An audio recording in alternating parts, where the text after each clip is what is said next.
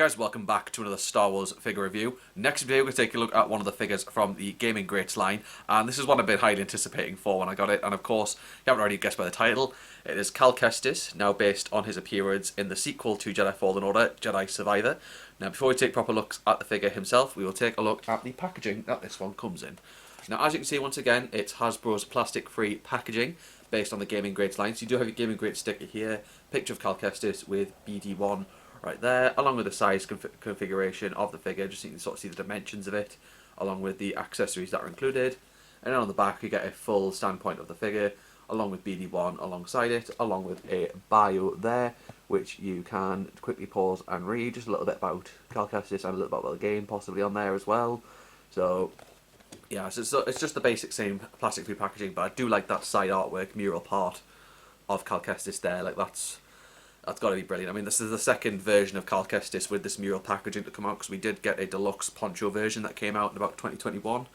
I never got my hands on that one. I didn't really have much of a desire for it because I already had the standard red box edition one from 2019. I just decided to leave it. I might pick it up if it becomes dirt cheap anyway, if I find it dirt cheap. But this one has been a struggle to get a hold of. Like, I struggled to find this in shops, but I managed to find him on Kapow Toys and get him delivered off there.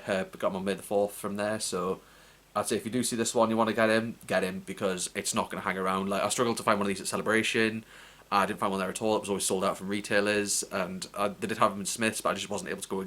That was at the time when I wasn't able to go and get him. By the time I finally was, he was sold out. So I was lucky I picked this one up when I did, and yeah, so I was able to get him there. So even from there, like Forbidden Planet, like just try whatever you can, try to hunt this figure down if you want to get him, and you can have him. But of course, Jedi Survivor is out on the Xbox and PS5.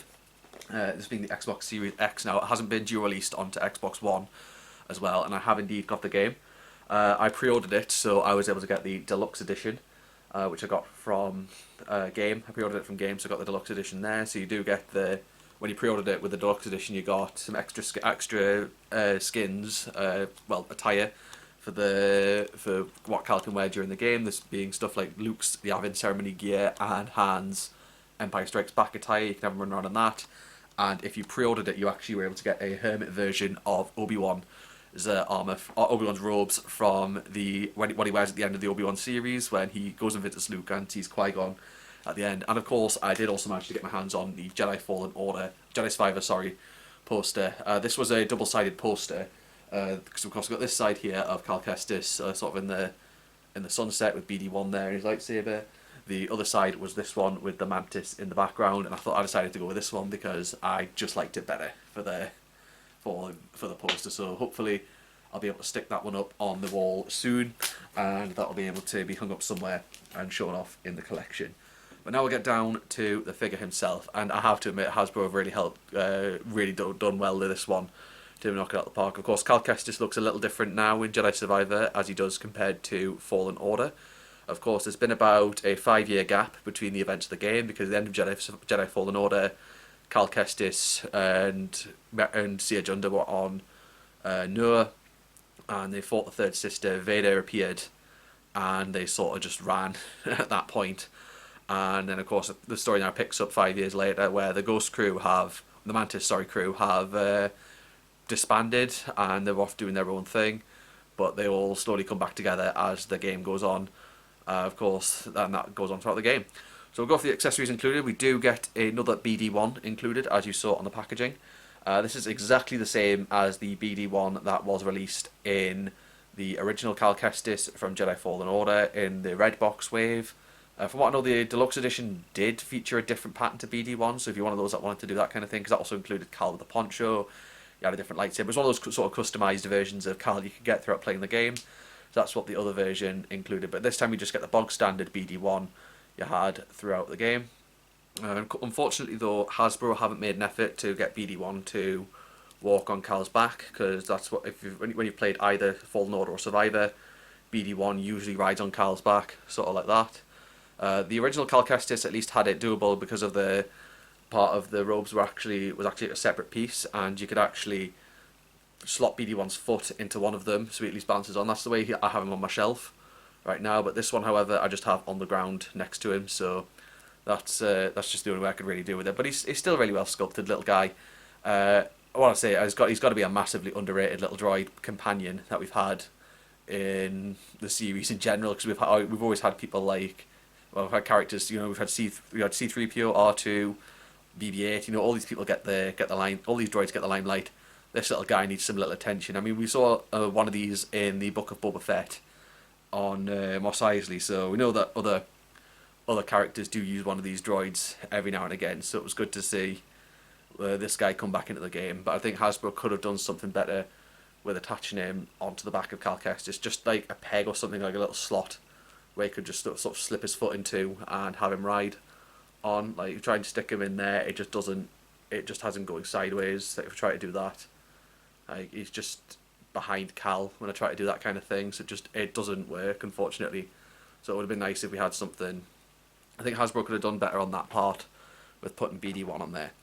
And of course, we also get Cal Kestis' lightsaber, or should I say his master's lightsaber, Jarrett Apollo's, because if you remember from playing Jedi Fallen Order, you have the flashback sequence where when Cal is running from the clones that are shooting at him, he has his lightsaber is knocked out of his hand, and he is forced to run without it, but then he ends up taking his master Jarrett Apollo's when he dies in the escape pod, so he uses that one for the game. I think he's customised it a little bit between the events of Fallen Order and Survivor, because it's not exactly the same kind of hilt compared to the other ones. So he's started to make it his own. You do have a little peg there where you can balance it when you have the blade taken off. So you can take the blade off, but I'm going to leave it on for the time being because it just does it often. At your risk snapping these things, I don't like to do so, but there's a little peg there, and the lightsaber can just sort of clip into place there when it doesn't have the blade in it. So that's often the case when he's running around Jeddah throughout the game, because he does go to Jeddah quite frequently. That's where a lot of the final act of the game sort of begins as well. Don't want to reveal too much out of the game as well. I mean, I've already played through the main storyline. I just haven't wrapped up a lot of the side missions on it, but I got to say it was a solid storyline for this one as well. I've got to give props to the game developers for holding it back and making it ready to play out, because of course EA did bump back the release of this, because it was meant to come out on March 17th, but they bumped it back to the 28th of April, and that was probably just as well, because we got to have a full panel at Star Wars Celebration that just teased it some more. Like, I was present at Celebration in the room when Cameron Monaghan came out onto the stage to talk about the game developing, and they sort of released a final trailer at that point. I was actually there at Celebration and very much enjoyed seeing Cal Kestis be out there, Cal Kestis himself out on there chatting about the game and everything that we were to expect. And of course, he was making his constant joke about ponchos. So if any of you watching were there, you may remember that part of the story. So that was all a laugh as well. Now, one of the little notable accessory you will notice on Cal Kestis here is that he indeed does carry a blaster this time. It looks like it's based off a real-life revolver, which is a Magnum revolver, which is really well sculpted. I think that is just really well done. It does fit nicely into his left hand. So, because the blaster is unlocked about a third to halfway, about a third of the way into the game.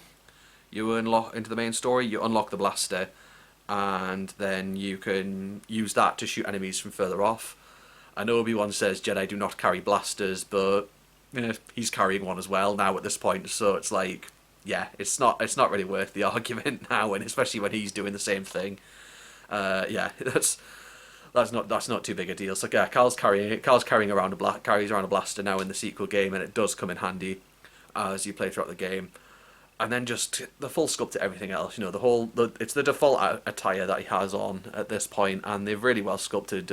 He's sort of scaled down what he had during Fallen Order, but he's kept a lot of it, the majority the same. Like the sculpting for his armband there, and his sort of tan trousers, the blue vest thing that he has in there. It's sort of reminiscent of Han Solo's shirt in Empire Strikes Back, in a darker colour. But yeah, I've got it, and the facial sculpt there just really matches Cameron Monaghan, like, because of course they do base it directly off him in the game, and when you just compare that to the actual face on the cover, you can just see how well it is done there, because that's who it is. But you can of course customize him as well, get longer hair, have a beard. That was all the customization you could do. This is of course the default shaven look that Cal has, so you just sort of go with that in the game as you start out with. So yeah, overall out of 10, this is a good update version to give the figure. You do have your super hyper articulation, the ball joint, double joint in the neck, the butterfly joints at the shoulders, but they are restricted due to the vest piece. Ball hinged shoulders, ball hinged elbows, a ball jointed torso, ball hinged hips, swivel thighs, ball hinged knees, and ball joint rockers at the ankle. So he's very posable for what you want. So yeah, I do hope Hasbro get their neck and give us some more Jedi Survivor characters, like some of the named characters in here. Like, I really want a Merrin. We never got a Merrin when Jedi Fallen Order came out. So like, I think it'd be cool if they'd held one off for the release of the game. If like Hasbro had given us one of those after Fallen Order had come out, but they didn't. And I think it would be nice to have done one of her for Jedi Survivor as well, because I think that one would fare really well. Like even Seer Junda, like back in 2019, we got Cal and we got the second sister, but we didn't really get many other named characters bar like the Purge Trooper, Scout Trooper. We got all that kind of stuff, and they're great figures and all. But you know, I want to see someone like Jara Tapal as well. Like Jara Tapal would be a great figure to have. Seer Junda, Seer Junda, and just everyone else in the game, including Grease Dritus as well. Like a full Mantis crew would be perfect to have in Black Series form. Like whether it be Jedi Fallen Order version or Survivor version, either or. I just want more characters than just Cal and BD1 to be released in the Black Series. I think that's my only main gripe with that. So yeah, so that's of course Cal Kestis and BD1 from Jedi Survivor right there, and they're really good figures. I hope you enjoyed looking at them. I'll leave links down in the description below as to places where you can buy this figure, and as I said, just try a look at getting him if you haven't got him yet, but hopefully you shall find him at some point. I'm hoping to also get the vintage collection scaled version of him, because I mean we never got a vintage collection version of Fallen Order Cal, so it'd be nice to have that one as the vintage collection version of that as well for my little gaming grades bit that I have going on for those scaled figures in my collection. So yeah, but yeah, do drop a like on this video if you enjoyed it, leave a comment, and don't forget to subscribe and hit that notification bell for when I've uploaded more content. Thanks for watching.